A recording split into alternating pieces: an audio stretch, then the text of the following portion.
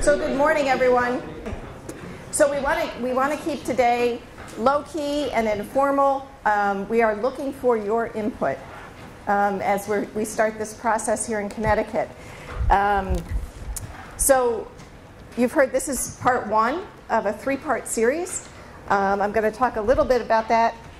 But first, this first one workshop came about. I was talking with Laura Schwanoff from GEI Consultants almost a year ago. And she had just worked with Jay Tansky from New York Sea Grant, putting on a program about living shorelines there. And we said, we have to do this in Connecticut. So a group of us have been meeting for about 6 months, trying to put this program together. So I just want to recognize GEI Consultants have been a big partner in this process. CLEAR, the Center for Land Use Education and Research, has been working tirelessly on this program, and it's part of a larger program that we're calling the Climate Adaptation Academy. And you have some information in your folder about that. These are workshops, forums, whatever the topic best lends itself to. And so we are soliciting input on what you need to hear about in terms of climate adaptation. And we're trying to put programs together to satisfy those needs. NOAA is a sponsor of the Climate Adaptation Academy. Connecticut DEP was instrumental. They've been coming to all the meetings, helping us to plan this workshop today. And CIRCA, the Connecticut Institute for Resilience and Climate Adaptation, is a sponsor of the event.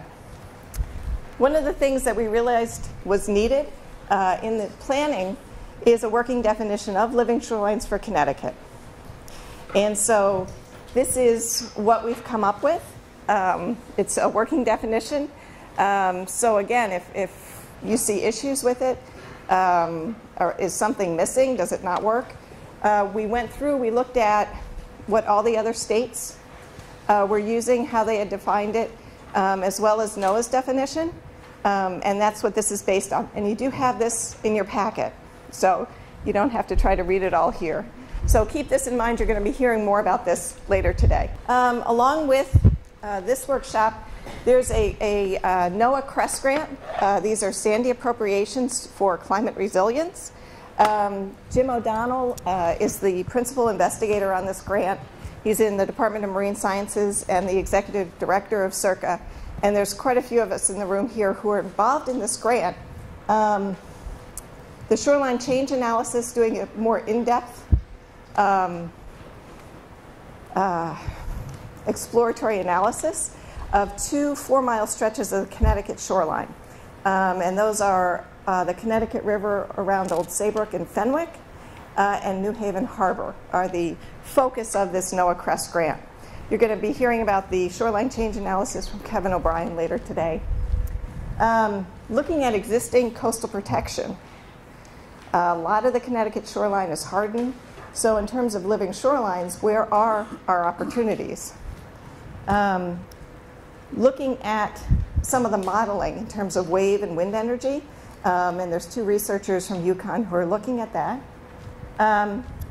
In the end, trying to come up with some sort of a visualization tool, possibly a decision support tool as to where living shorelines would be appropriate for the Connecticut shoreline. And then identifying candidate sites.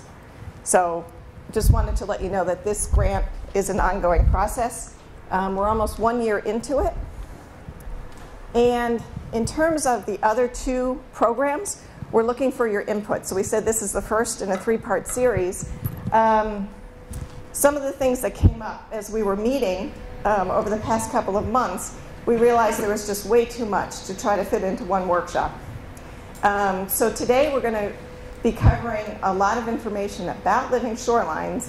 We're going to look at the state regulatory aspects of them.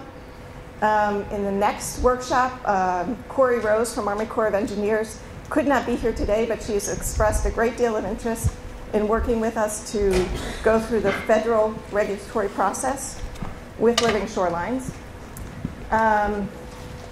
Shellfish concerns is something that has come up. So that's something we think would be important to cover in the next one, as well as fisheries concerns. So in your evaluation, there's lots of room to say what you would be interested in. And this is what we want. We want this to be for you. We're not up here, we have no stake in this. We want it to be what's going to be most helpful, okay? So please give us your input.